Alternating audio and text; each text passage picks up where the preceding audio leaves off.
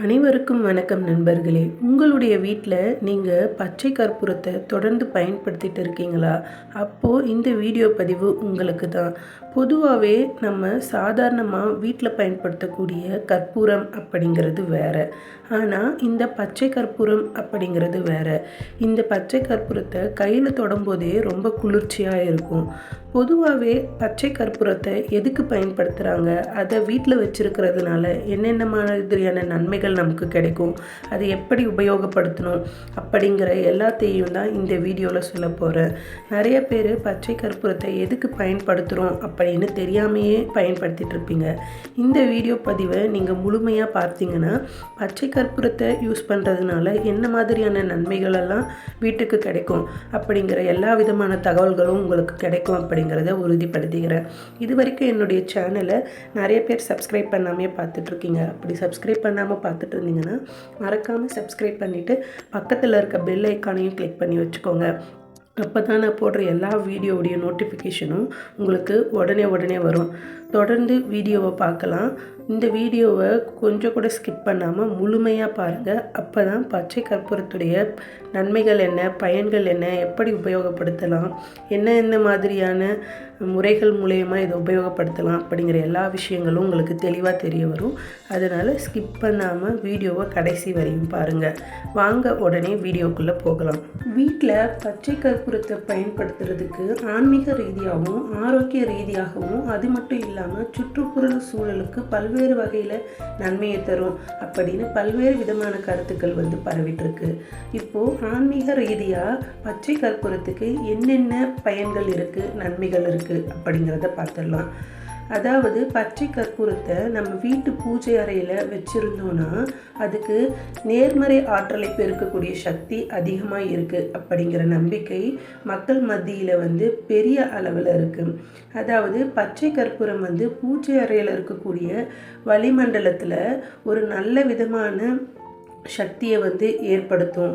அதே சமயத்தில் அங்கே இருக்கக்கூடிய எதிர்மறை ஆற்றலையாக நீக்கிட்டு நேர்மறையான அதிர்வுகளை அதிகரிக்கும் தன்மை பச்சை கற்பூரத்துக்கு அதிகமாகவே இருக்குது அப்படின்னு சொல்கிறாங்க. அடுத்தது பச்சை கற்பூரம் அப்படின்னாலே லக்ஷ்மி கடாட்சம் அதிகமாக இருக்கும் அப்படிங்கிற பெயரும் இருக்குது. பூஜை அறையிலேயோ இல்லைன்னா பணப்பெட்டியிலேயோ பச்சை கற்பூரத்தை வச்சோன்னா லக்ஷ்மி தேவியுடைய அருளும் அதே மாதிரி செல்வ வளத்தை அதிக அளவில் ஈர்க்கும் அப்படிங்கிற நம்பிக்கை மக்கள் மத்தியில் அதிக அளவில் பரவிட்டுருக்கு. அதனால் நீங்கள் பச்சை கற்பூரம் வீட்டில் வச்சுருந்தீங்கன்னா அப்படின்னா வீட்டில் இருக்கக்கூடிய பூஜை அறையிலையோ இல்லைன்னா பணம் வைக்கக்கூடிய பர்சுலேயோ இல்லைன்னா நகைகள் வைக்கக்கூடிய பெட்டியிலையோ சிறிதளவில் நீங்கள் அதை வச்சுருக்கும்போது அது செல்வ வளத்தை அதிக அளவில் ஈர்க்கும், லக்ஷ்மி கடாட்சம் அதிகமாகும் அப்படிங்கிற நம்பிக்கை அதிகமாக இருக்கிறதுனால நீங்களும் வச்சு ட்ரை பண்ணி பாருங்கள். அதே மாதிரி வீட்டில் நிலவாசப்படியில் இந்த பச்சை கற்பூரத்தை ஒரு துணியில் கட்டி வாசப்படியுடைய மெயின் டோரில் சென்டரில் கட்டி வைப்பாங்க அந்த காலத்துலலாம். அது எதுக்காக கட்டுவாங்க அப்படின்னு பார்த்தோன்னா வீட்டில் இருக்கக்கூடிய வாஸ்து தோஷங்களை எல்லாம் அது குறைச்சிரும் அப்படின்னும், அதே சமயத்தில் பச்சை கற்பூரத்தை பயன்படுத்தினா உளவியல் ரீதியாக ஒரு விதமான மன அமைதியை ஏற்படுத்தும், மன அழுத்தத்தை அந்த வாசனையும் நறுமணமும் குறைக்கும் அப்படிங்கிற ஒரு அறிவியல் பூர்வமான கருத்தும் பரவிட்டுருக்கு. அடுத்தது பச்சை கற்பூரத்தை வீட்டில் பயன்படுத்துறதுனால நம்மளுடைய உடல் ஆரோக்கியமும் சுற்றுச்சூழல் நன்மையும் எப்படி இருக்குது அப்படிங்கிறத பார்க்கலாம்.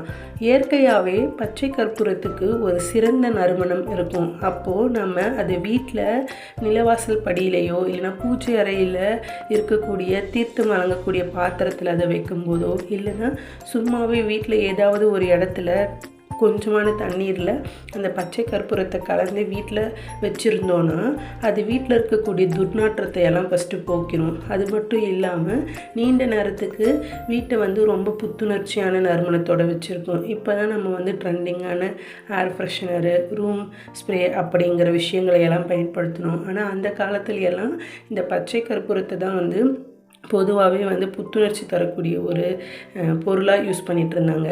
அதே மாதிரி இந்த நறுமணம் வந்து பூச்சிகளுக்கு, கொசு, எறும்பு, அப்படி கண்ணுக்கு தெரியாத நிறைய பூச்சிகள் வீட்டில் வராமல் பாதுகாக்கும். ஏன்னா நிறையா இன்செக்ட்ஸுக்கு வந்து இந்த பச்சை கற்பூரத்துடைய வாசனை வந்து பிடிக்காது. அப்படிங்கிறதுனால இந்த மாதிரியான பூச்சிகள்லாம் வந்து வீட்டுக்குள்ளே வராமல் தடுக்கிறதுக்கு இது வந்து ஒரு சிறந்த பூச்சிகள் மற்றும் கொசுகள் விரட்டி அப்படின்னும் சொல்லலாம். அதே மாதிரி ஆரோக்கியம் வழியாக எப்படி பச்சை கற்பூரம் பயன்படுது அப்படின்னு பார்த்தோன்னா, இந்த வாசனையை வந்து நாம் சுவாசிக்க ஆரம்பித்தோன்னா மூக்கில் இருக்கக்கூடிய நாள்பட்ட சளி, அடைப்பு, அப்புறமா சுவாச பாதையெல்லாம் இந்த பச்சை கற்பூர வாசனை சீராக்கும் அப்படிங்கிறதும் ஒரு நிதர்சனமான உண்மை அப்படின்னு சொல்லலாம். அதே மாதிரி பச்சை கற்பூரத்துடைய வாசனை வந்து நம்ம நரம்பு மண்டலத்தில் இருக்கக்கூடிய நரம்புகளையெல்லாம் அமைதிப்படுத்தும். அதனால் மன அழுத்தம் குறையும். மன அழுத்தம் குறைஞ்சிச்சுனாவே நல்ல தூக்கம் தரும் அப்படிங்கிற நம்பிக்கை இருக்குது. அதனால் நீங்கள் பச்சை கற்பூரத்தை இவ்வளோ நாள் எதுக்கு பயன்படுத்துகிறோம் அப்படின்னு தெரியாமையே பயன்படுத்திட்டு இருந்தீங்கன்னா அதுக்கு பின்னாடி இவ்வளோ விதமான நன்மைகளும் பயன்களும் பொதிஞ்சிருக்கு. அதனால் இனிமேல் தெரியாமல் யூஸ் பண்ணிகிட்ருக்கவங்க இந்த இன்ஃபர்மேஷனையெல்லாம் தெரிஞ்சுட்டு யூஸ் பண்ணுங்கள். இவ்வளோ நாள் யூஸ் பண்ணாமல் இருக்குவீங்க.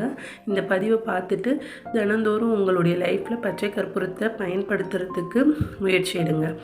அடுத்தது இந்த பச்சை கற்பூரத்தை எப்படியெல்லாம் பயன்படுத்தலாம் அப்படிங்கிறது தான் பார்க்க போகிறோம்.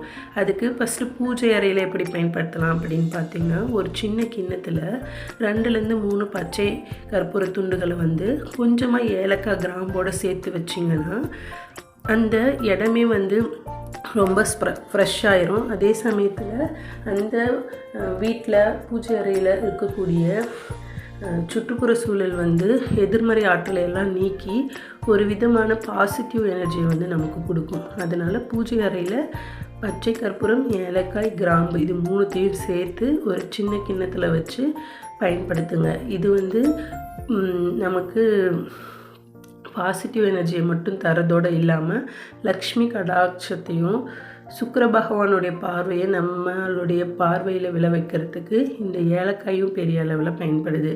அடுத்தது வீட்டில் ஏதாவது சேவிங்ஸ்க்காக வச்சுருக்க பணப்பெட்டியில் ஒரு சிவப்பு நிற துணியில் பச்சை கற்பூரத்தை ஒரு முடிச்சு மாதிரி கட்டி வச்சிங்கன்னா அது வந்து பண வரவை வந்து ஈர்க்கும். அதாவது செல்வ வளத்தை ஈர்க்கக்கூடிய சக்தி வந்து பச்சை கற்பூரத்துக்கு இருக்குது அப்படின்னு நம்பப்படுறதுனால, அது மட்டும் இல்லாமல் லக்ஷ்மி கடாட்சத்தை கொண்டு வரக்கூடிய சக்தி வந்து பச்சை கற்பூரத்துக்கு இருக்குது. அதனால் நீங்கள் யூஸ் பண்ணுற பணப்பெட்டியிலையோ பர்ஸ்லையோ இந்த மாதிரி ஒரு சிவப்பு நிற துணியில் பச்சை கற்பூரத்தை மூட்டை கட்டி வச்சுக்கலாம்.